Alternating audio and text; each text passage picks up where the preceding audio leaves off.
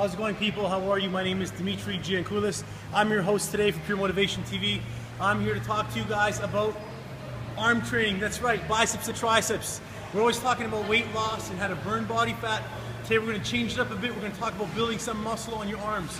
So the first thing you should do when trying to focus on bicep and tricep training is look at your arm from a horizontal plane.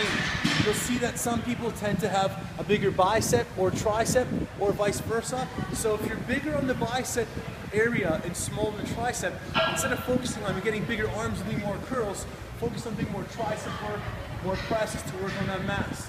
If your focus is going to be on biceps, the primary bread and butter exercise to put on mass can be right here. This is going to be basically your straight arm barbell curl. You can use an easy curl bar, which is going to be easier on your wrist, which you want to do slightly bend your knees, keep your shoulders pinned back, and if you move side profile, you can see that I'm not standing straight. This way the bar is not to be resting on the body. You bend your knees, arch your back, come straight up, slowly come down. From this position, the intensity is on my bicep versus resting. So from here you want to go up, rep range between obviously 6 to 8 reps.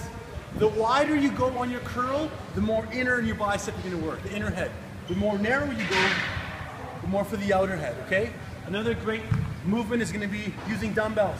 So if we're going to grab onto your 40s here, after my first exercise, I like doing seated movements because I don't want to hurt my back by standing. You can do 2 different references from here.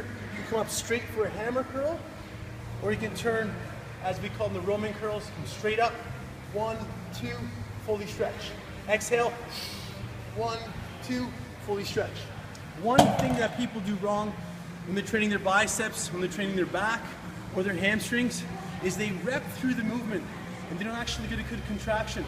When you're training your chest, your quads, and your triceps, you can press hard and use that pump action. But for the pull muscles, you want to get a hold. You want that contraction. Another movement for getting peak on the biceps is using this guy right here, your preacher curl. So by putting yourself in a position, I'll get some lighter weights through here. Putting yourself on an incline is going to, one, take all the stress off your low back. Going to put all the emphasis in the peak of the bicep curl, getting a full stretch, coming right up, twisting in the end. Inhale, going down. Exhale, coming up. So again, when it comes to bicep training, the one thing you want to stay away from are movements like this.